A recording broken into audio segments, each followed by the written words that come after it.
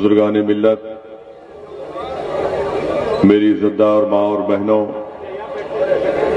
شہنشین و تشریف فرما اتر پردیش کے مجلس اتحاد المسلمین کے صدر محترم جناب شوکت صاحب، ضلع صدر محترم جناب غفران نور صاحب، جناب محمد عمران بابی صاحب، ہمارے نوجوان لیڈر جناب فرحان زبیری صاحب، عادل الوی صاحب، امبیڈکر صاحب، فضیل صاحب اور تمام میرے مجلسی رفقا، عزیزان ملت، میں آپ کا بے حد شکر گزار ہوں کہ آپ نے اپنا قیمتی وقت نکال کر آج کے اس جلسے میں شرکت کی۔ میں جناب ستیہ دیو صاحب کا بھی شکریہ ادا کرتا ہوں کہ انہوں نے ہم کو اس مقام کو دیا، اس جگہ کو دیا جہاں پر ہم آج مجلس اتحاد المسلمین کا جلسہ رکھنے میں کامیاب ہو سکے ہیں۔ یہ خود ایک بہت بڑی کامیابی ہے کہ ستیہ دیو صاحب نے مجلس کو یہاں پر جلسہ کرنے کی اجازت دی۔ ہم کو پرمیشن کل رات میں دیا گیا اور بہت کوششیں کی گئیں مجلس اتحاد المسلمین کے مخالفین کی جانب سے کہ مجلس کا جلسہ آج علی گڑھ میں نہ ہو، مگر الحمدللہ اللہ سبحانہ و تعالیٰ نے ان تمام ظالموں کی کوششوں کو ناکام کیا۔ یہی گزارش کرنے آیا ہوں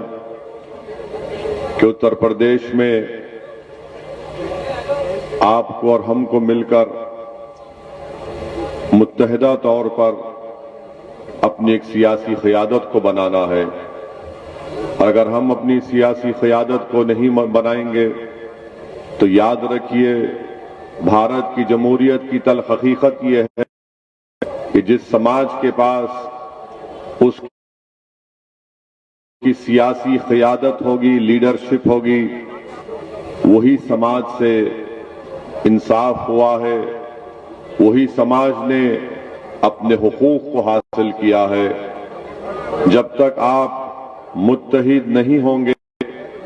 اپنی سیاسی لیڈرشپ کو نہیں بنائیں گے، ہم اپنے مسائل کو حل نہیں کر پائیں۔ میں آپ کو مثال کے طور پر یہ بتانا ضروری سمجھتا ہوں کہ تلنگانہ جس ریاست سے میں یہاں پر آیا ہوں، وہاں پر مجلس اتحاد المسلمین کے صرف 7 MLA ہیں اور مجلس اتحاد المسلمین نے اپنے 7 اراکین اسمبلی کی طاقت کی بنیاد پر وہاں کے مسلمانوں کے لیے، بلکہ تلنگانہ بننے سے پہلے آندھرا پردیش ریاست تھی، اس میں مجلس اتحاد المسلمین نے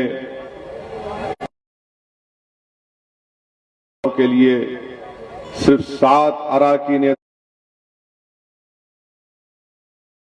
اسمبلی کی مجلس نے ایک میڈیکل کالج کا قیام عمل میں لایا، مجلس نے انجینئرنگ کالج کا قیام عمل میں لایا، school of architecture, MBA، MCA اور 2 بڑے اسپتال مجلس اتحاد المسلمین نے قائم کیے۔ آپ اندازہ لگائیے کہ ان اسپتالوں میں سب سے کم پیسوں میں ڈیلیوری ہوتی ہے اور سب سے کم پیسوں میں ڈائلیسس بھی کا علاج کیا جاتا ہے۔ جب کووڈ کی سیکنڈ ویو آئی تو سب سے کم پیسوں میں اگر حیدرآباد میں کہیں پر کسی کووڈ پیشنٹ کا علاج ہو رہا تھا، اسپتالوں میں کیا جا رہا تھا۔ میرے عزیز دوستوں اور بزرگوں، ڈیکن میڈیکل کالج پورے جنوبی ہندوستان میں ایک منفرد مقام رکھتا ہے۔ یہاں پر ہر سال 150 سے زائد مسلمان بچے ڈاکٹر اور ڈاکٹرز بن کر نکلتے ہیں۔ Engineering, MBA, MCA, school of architecture, pharmacy college, ये सब कैसे क़यामत में लाया गया? आपके पास सियासी ताकत थी तो आपने अपनी सियासी ताकत के बलबूते पर इदारों को कायम किया। ये तालीमी इदारे किसी एक खानदान के या किसी एक फर्द के नहीं है और इंशाअल्लाह ताला ये सुबह क़यामत तक आबाद रहेंगे। ये कौम और मिल्लत का एक असासा है जो हमारे बुजुर्गों ने अपनी मेहनत और अपनी कुर्बानी और आवाम ने अपने सियासी शऊर जब उनमें बेदार हुआ तो उन्होंने इन तालीमी इदारों को। मेरे अजीज दोस्तों और बुजुर्गों, मैं आपको बताना जरूरी समझता हूं कि CAA कानून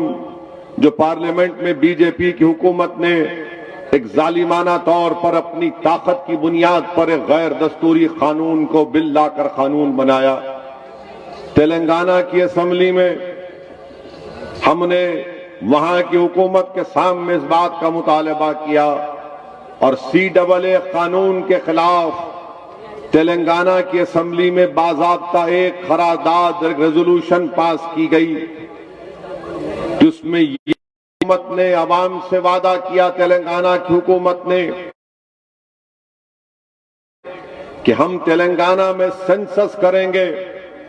NPR NRC नहीं करेंगे। रेजोल्यूशन जब बनाया जा रहा था तो मंजलिस से कहा गया हुकूमत की तरफ से कि आप अपने तरफ से तजवीज पेश कीजिए। रेजोल्यूशन बनाकर हमने हुकूमत को दिया, हुकूमत ने उसमें थोड़ी बहुत तरमीम की और पूरी तेलंगाना की असेंबली में इस रेजोल्यूशन को पास किया गया। कोई कह सकता है कि मंजलिस के 7 MLA थे तो मंजलिस ने तेलंगाना की असेंबली में CAA कानून के खिलाफ रेजोल्यूशन को पास किया, मगर मेरे अजीज दोस्तों और बुजुर्गों, हैदराबाद की बल्दियां में मंजलिस के 44 अराकीन म्युनिसिपल कॉरपोरेशन था,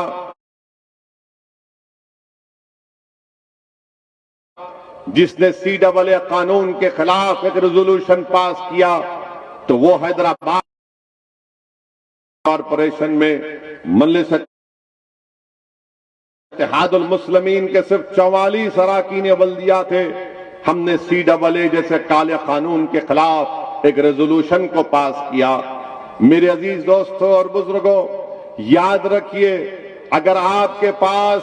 सियासी ताकत होगी तभी आपके मसाइल हल होंगे। मैं ये नहीं कह रहा हूं कि तेलंगाना में मुसलमानों के पूरे मसाइल हल हो चुके हैं। मैं इतना आपके सामने खड़े होकर इस बात का जिम्मेदारी के साथ दावा कर सकता हूं कि हुकूमत अगर कोई मंसूबा बनाती है मुसलमानों के खिलाफ तो उसको 2-10 बार सोचना पड़ता है, क्योंकि वह जानते हैं कि मजलिस इत्तेहादुल मुस्लिमीन इसके खिलाफ सदा एहतजाज बुलंद करेगी। मेरे अजीज दोस्तों और बुजुर्गों, मेरी इज्जतदार मां और बहनों, मैं उत्तर प्रदेश को इसलिए नहीं आया हूं कि मैं अपनी मकबूलियत में इजाफा करूं। मैं उत्तर प्रदेश को इसलिए नहीं आया हूं कि खुदा ना खास्ता मेरी अनानियत में और इजाफा हो। मेरे आने का मकसद सिर्फ यही है और इंशाअल्लाह ताला जब तक अल्लाह सुब्हानहू ताला मुझे जिंदा रखेगा, मैं बार बार उत्तर प्रदेश को और भारत के कोने कोने में जाऊंगा, क्योंकि मेरा मानना यह है कि भारत की जमहूरियत, भारत का आईन जिसको बाबा साहिब अम्बेडकर ने बनाया, मुसलमानों को, दलितों को, आदिवासियों को इस बात की इजाजत देता है कि वो अपनी सियासी क़ियादत को बनाएं। और अब जब सियासी क़ियादत आपकी बनेगी तो आप अपने मुक़द्दर के फैसले आप खुद कर पाएंगे। मेरे अजीज दोस्तों और बुजुर्गों, यही काम करने के लिए हम मजलिस इत्तेहादुल मुस्लिमीन को उत्तर प्रदेश में उसका क़याम में लाया गया।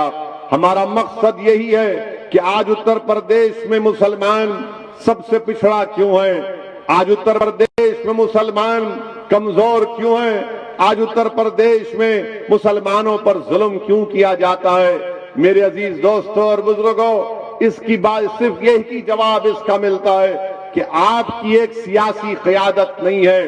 आपने यकीनन अपने वोट से मुसलमानों को MLA बनाया, MP बनाया, विधान सभा भी जाया, पार्लियामेंट को लोकसभा को भी जाया, मगर आपसे मैं ये दरख्वास्त करने आया हूं कि आप अपनी एक सियासी क़यादत को बनाइए, अपनी लीडरशिप को बनाइए,